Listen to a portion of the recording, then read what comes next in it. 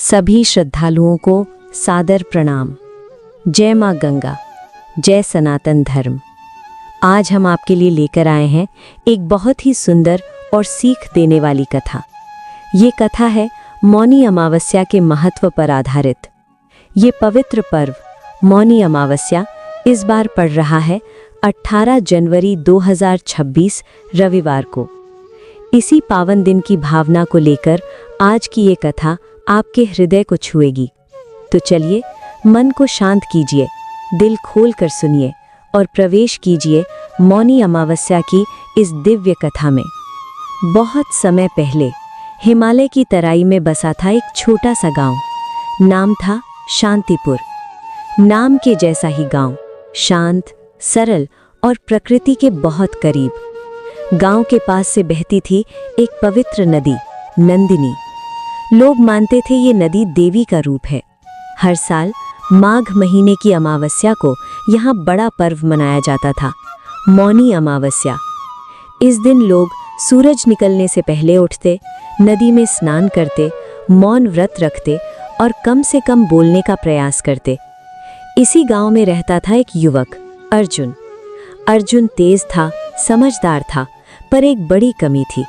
वो बहुत बोलता था और बिना सोचे बोलता था। उसकी माँ शारदा अक्सर कहती थी, बेटा, शब्द तीर जैसे होते हैं, एक बार निकल जाएं तो वापस नहीं आते। पर अर्जुन हंसकर कहता, माँ, सच्चाई कड़वी ही होती है।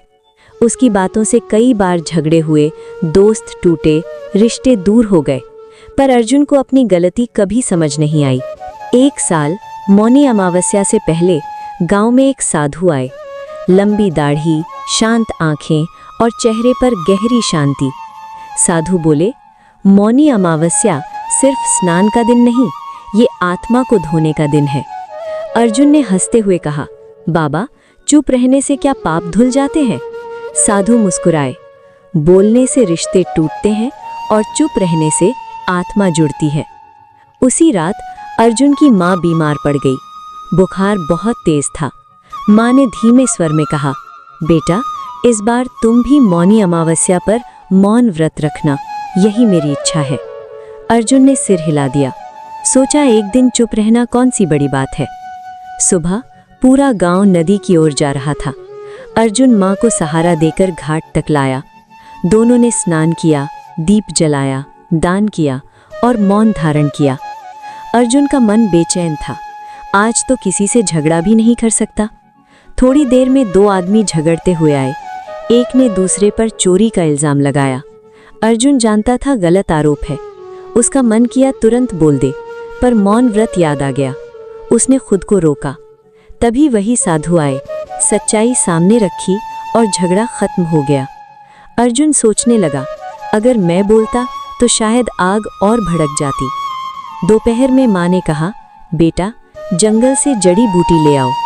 रास्ते में अर्जुन ने एक घायल हिरण देखा। पैर में कांटा था।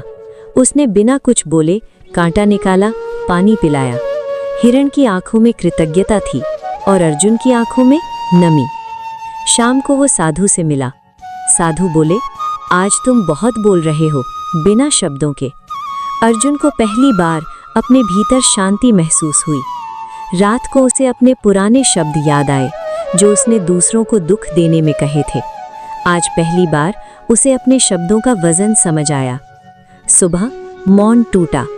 अर्जुन ने पहला शब्द कहा, माँ, मुझे माफ कर दो। माँ रो पड़ी और बोली, आज मेरा बेटा सच में बड़ा हो गया। उस दिन के बाद अर्जुन बदल गया। अब वो बोलता था, पर सोचकर। गांव वाले हैरान थे। अर्जुन शांत था, नम्र था और सबका अपना था। साधु जाते समय बोले, मैंने तुम्हें कुछ नहीं दिया, मौन ने तुम्हें तुमसे मिलवाया। और तभी से हर साल मौनी अमावस्या पर अर्जुन कहता है, मौन कमजोरी नहीं, शक्ति है। जो अपने शब्दों को जीत ले, वो अपना जीवन जीत लेता है।